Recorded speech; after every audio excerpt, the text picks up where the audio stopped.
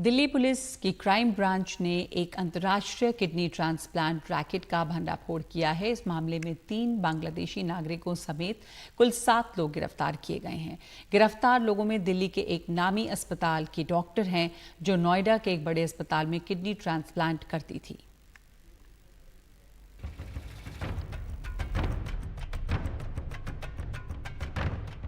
विजया कुमारी नामी डॉक्टर हैं, लेकिन राजधानी दिल्ली और एनसीआर में किडनी ट्रांसप्लांट रैकेट चलाते पकड़ी गई हैं। उसके गिरोह के 6 और लोगों को भी दिल्ली पुलिस की क्राइम ब्रांच ने गिरफ्तार किया है।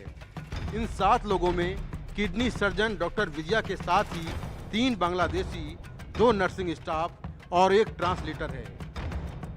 इसमें जो इंटरनेशनल रैकेट है, इसमें हमने 7 लोग गिरफ्तार किए हैं, जिसमें कि बांग्लादेशी नेशनल्स हैं 3 जो कि मेन मास्टरमाइंड थे। वहाँ से किडनी पेशेंट को ढूंढना और यहाँ लेके आना, और वहाँ से डोनर को भी ढूंढना और लेके आना, फिर उनके नकली कागजात वगैरह बनवा के उनको जेन्युइन रिश्तेदार दिखा के फिर उनका यहाँ ट्रांसप्लांट करवाना। और इसमें उनका एक इंटरप्रेटर था जो कि इंडियन था, और उसके साथ साथ एक डॉक्टर और उनके 2 हॉस्पिटल स्टाफ, तो कुल 7 गिरफ्तार किए गए। पुलिस को 16 जून को गिरोह के बारे में जानकारी मिली और तब दिल्ली के जसोला विहार इलाके में छापेमारी कर 4 लोगों रसेल, रोको, सुमोन मियां और रतेश पाल को पकड़ा गया। आरोपियों से पूछताछ और जांच में पता चला कि गिरोह के लोग बांग्लादेश में डायलिसिस सेंटरों के जरिए किडनी के जरूरतमंद लोगों से संपर्क करते थे। साथ ही बांग्लादेश के ही गरीब तबके के लोगों को पैसे या नौकरी का लालच देकर किडनी देने के लिए तैयार करते थे। फिर भारत लाकर डोनर और रिसीवर के फर्जी दस्तावेज तैयार करते थे, जिससे ये साबित हो कि दोनों आपस में रिश्तेदार हैं। फिर इन्हीं फर्जी दस्तावेज के आधार पर डॉक्टर विजया नोएडा के एक नामी अस्पताल में किडनी ट्रांसप्लांट करती थी। डोनर से 4 से 5 लाख रुपए में किडनी ली जाती थी और 20 से 25 लाख रुपए में बेच देते थे। जांच के दौरान पता चला कि डॉक्टर विजया का सहायक विक्रम सिंह मेडिकल फाइल तैयार करने के लिए हर मरीज से 20,000 रुपए लेता था। एक आरोपी शारिक डॉक्टर विजया से अपॉइंटमेंट लेने और पैथोलॉजिकल टेस्ट कराने के लिए हर मरीज से 60,000 रुपए लेता था, जबकि डॉक्टर विजया हर सर्जरी के लिए 2 लाख रुपए लेती थी। रसेल इस गिरोह का मास्टरमाइंड है। सर, इसका मास्टरमाइंड कौन है? उसकी क्या भूमिका है इस पूरे केस में? मास्टरमाइंड जो रसेल है वो बेसिकली वही था कि वो अपने दोस्त एक इफ्ती है जो कि बांग्लादेश में, उसके साथ वहीं पे आइडेंटिफिकेशन करता था दोनों की, पेशेंट और डोनर। फिर उनको यहाँ ला के रखना, उनके टेस्ट वगैरह करवाना, उनके कागजात बनवाना, वो सब नकली कागज़ बनाना, वो सब कार्रवाई यहाँ करते थे। हॉस्पिटल की डॉक्टर अरेस्ट हुई है, उसका क्या रोल है इस पूरे रैकेट में? उनकी पूरी इसमें इन्वॉल्वमेंट निकली थी शुरू से लेकर अंत तक। उनको पूरा पता रहता था कि ये नकली कागजात हैं या डोनर भी रिलेटिव नहीं है, और फिर वो कागजात बनवाने में भी उनको मोटिवेट करती रहती थी कि इसको कागज़ बनाओ और इसको ये करो, और फिर वो ट्रांसप्लांट तो करती थी। पुलिस के मुताबिक विजया अब तक नोएडा के अस्पताल में गैर कानूनी तरीके से 16 किडनी ट्रांसप्लांट कर चुकी है। दिल्ली और नोएडा के अस्पतालों की तरफ से बयान जारी कर कहा गया कि उन्हें किडनी ट्रांसप्लांट की कोई जानकारी नहीं है। वैसे दिल्ली के अस्पताल ने डॉक्टर विजया को सस्पेंड कर दिया है। पुलिस के मुताबिक ये लोग 2019 से इसी काम में लगे हुए थे, क्योंकि भारत में किडनी ट्रांसप्लांट को लेकर कड़े नियम और शर्तें हैं, जिसके तहत वही किडनी ले और दे सकता है जिसका आपस में खून का रिश्ता हो। इसीलिए ये लोग डोनर और रिसीवर के फर्जी दस्तावेज तैयार करते थे, जिससे कि लगे कि वो आपस में रिश्तेदार हों। नई दिल्ली से कैमरामैन सचिन गुप्ता के साथ मैं मुकेश सिंह सेंगर, एनडीटीवी इंडिया। तो मुकेश इस वक्त हमारे साथ जुड़े हैं। हमने देखा मुकेश आपकी रिपोर्ट, इसमें आपने डिटेल से बताया है कि किस तरह से ये पूरा रैकेट चल रहा था किडनी ट्रांसप्लांट का, और ये डॉक्टर पकड़े गए। पर कितना बड़ा है ये पूरा रैकेट? इसमें एक डॉक्टर के अलावा बहुत सारे लोग इन्वॉल्व होंगे, और इतनी ज़्यादा ज़रूरत एक तो लोगों को किडनी की पड़ रही है, तो एक बड़ी समस्या जो ये भी है कि अवेलेबिलिटी, उस एंगल से भी अगर आपको कुछ पता चला हो क्योंकि देखिए यहाँ पे भी आप यही जानकारी दे रहे हैं कि ये फेक कागजात बनाते थे जिसमें ब्लड रिलेशन दिखा दिया जाता था लोगों का। तो ये कितने बड़े स्केल पर ऑपरेट कर रहे थे? ये पूरा रैकेट जो है ये अलग अलग शहरों में भी फैला हुआ है।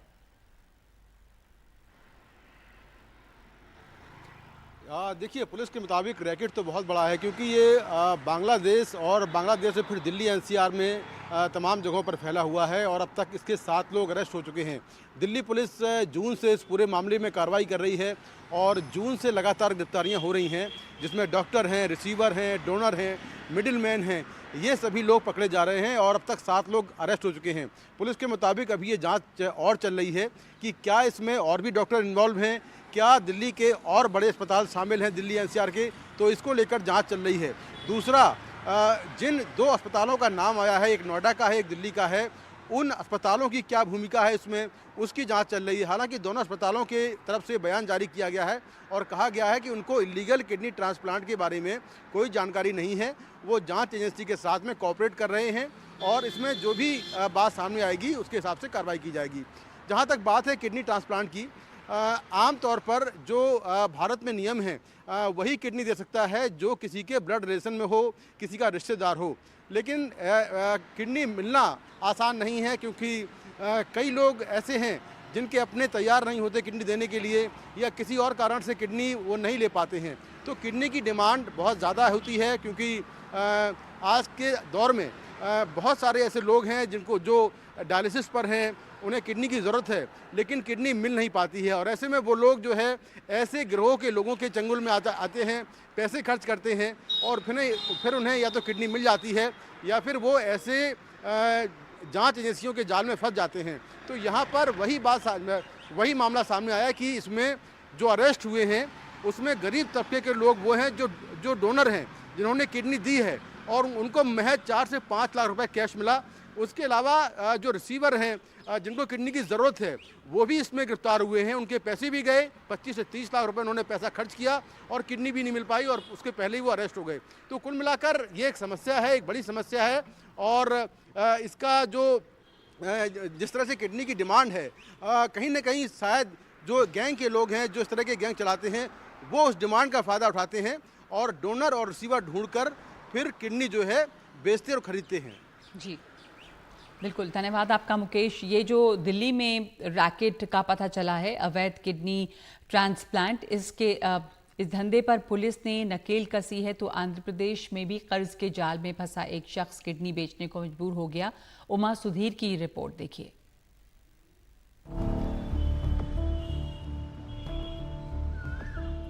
गुंटूर के 31 साल के ऑटो ड्राइवर मधु बाबू कहते हैं कि कर्ज की वजह से वो अपनी एक किडनी बेचने पर मजबूर हुए। सौदा 30 लाख का था, लेकिन उनके साथ धोखा हुआ और बस 50,000 रुपए मिले। బాగా ఇబ్బందుల వల్ల फेसबुक पर मैंने एक विज्ञापन देखा, एक एजेंट बादशाह के जरिए, जो मुझे वेंकट तक ले गया। उसने मुझे किडनी लेने वाले के ब्रदर इन लॉ से मिलवाया। उन्होंने कहा कि वो 22 किडनी निकालेंगे, लेकिन दाहिनी निकाल ली। उन्होंने मुझे पैसे नहीं दिए और कहा कि जो करना हो कर लो। कई तरह के टेस्ट और जाली दस्तावेज तैयार किए गए, ये बताने के लिए कि वो किडनी लेने वाले से असंबद्ध नहीं है। सर्जरी कथित तौर पर विजयवाड़ा के विजया सुपर स्पेशलिस्ट अस्पताल में हुई। हमारे पास सारे वैध दस्तावेज हैं और इसी आधार पर डॉक्टरों और अस्पताल ने सर्जरी शुरू की। इसके लिए डॉक्टरों को कैसे दोष दिया जा सकता है? जब मधु बाबू ने पब्लिक ग्रीवांस रिड्रेसल सेल में शिकायत की तो पुलिस अब केस दर्ज करने की सोच रही है और मानव अंगों के इस कारोबार के आपराधिक नेटवर्क की गहन जांच करने का इरादा बना रही है। भारत में किसी भी वक्त 2 लाख से ज्यादा मरीज किडनी प्रत्यारोपण का इंतजार कर रहे हैं, लेकिन हर साल सिर्फ 6,000 किडनी प्रत्यारोपण होते हैं। यानी कि बड़ी मांग है किडनी की और इसी का फायदा उठाते हैं आपराधिक गिरोह और निशाना बनाते हैं सबसे कमजोर लोगों की। और इस बार निशाना बने एक ऑटो ड्राइवर जो लोन ऐप के चक्कर में फंस गए।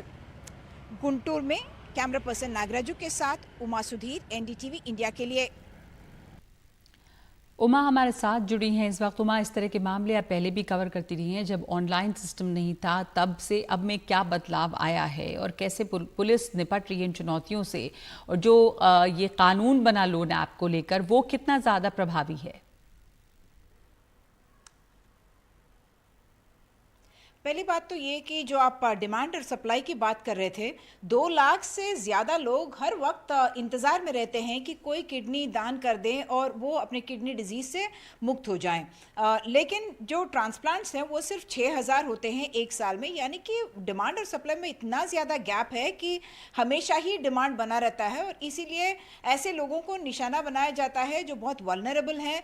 पिछले सालों में 20 साल से मैं ये कवर कर रही हूँ, हर 5 साल में अगर आप देखें तो जैसे गुंटूर जैसे इलाके में जहाँ पे कपास और मिर्ची उगाई जाती है, कैश क्रॉप्स हैं, और वहाँ पे फैमिलीज ऐसे निकले, रेंटी चिंतला नाम की जगह में, जैसे देखिए 40 ऐसे किसान थे जिन्होंने अपने किडनी दान में दे दिए थे, इसलिए कि वो डेट उनका हो गया था बहुत ज़्यादा, उसको उसकी आपूर्ति करने के लिए वो लोग अपना किडनी दान उन्होंने किया था। और फिर 2013 में आया केस, 2018 में आया, लेकिन इस बार ही जैसे आप देखते हैं कोविड के साथ साथ जब लोन ऐप का पॉपुलैरिटी बहुत बढ़ा और इकोनॉमिक क्राइसिस बहुत बड़ी है, तो उस वक्त ऐसे ऑटो ड्राइवर जो 31 साल के हैं और उन्होंने अपने किडनी को दिया इसलिए कि उनको लोन ऐप्स का बहुत प्रेशर था और उनको लगा कि अगर 30 लाख रुपए मिल जाते हैं तो मेरे बच्चों का भविष्य भी बन जाएगा, और इसी रैकेट में आके उन्होंने किडनी अपना दान किया। 2 खास चीज़ें हैं, एक तो उन्होंने सोशल मीडिया द्वारा यानी कि फेसबुक में उन्होंने बताया कि किसी ने कॉन्टैक्ट किया और एक साइट था जिसकी वजह जहाँ पे उन्होंने रिकॉर्ड किया कि मैं भी देना चाहता हूं, तो किसी ने उनको फ़ोन किया और कहा कि मैंने भी दिया है, मुझे पैसे मिले हैं, आप भी दे दो। ऐसे ही कुछ रैकेट्स और एजेंट्स बने हुए हैं, ऑनलाइन एक गिरोह बना हुआ है जिन्होंने उनको फंसाया और फिर फिजिकल टेस्ट के लिए विजयवाड़ा ले गए और वहाँ पे इनके जो कागजात हैं वो पूरे बनवाए, आधार कार्ड भी नई तरीके से बनवाया।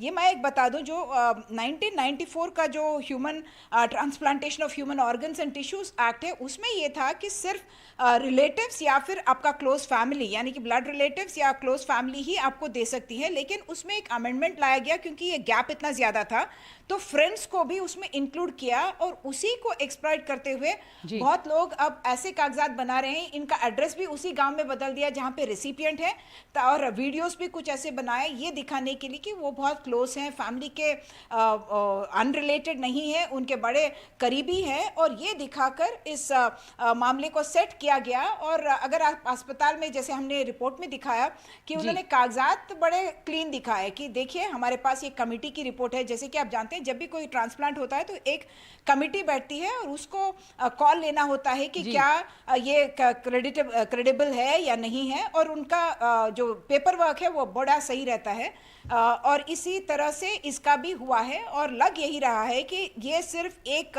मधु की केस नहीं है, बहुत सारे ऐसे केसेस हैं। और परसों की बात है कि वाइजाग में भी ऐसा एक केस आया था जिसमें एक कपल ने कहा कि उन्होंने रिकॉर्ड किया था, उन्होंने 10 लाख रुपए दिए थे ट्रांसप्लांट के लिए, लेकिन वो नहीं हो पाया। तो उसके बाद वहाँ की जो नेफ्रोलॉजिस्ट है, एक डॉक्टर वानी, एक प्राइवेट हॉस्पिटल की, उन पर जांच चल रही है, और वहाँ पे भी लग रहा है कि डॉक्टर्स की भी एक ऐसी ग्रुप बनी हुई है जो ऐसे इलीगल एक्टिविटीज में इन्वॉल्व है। जी।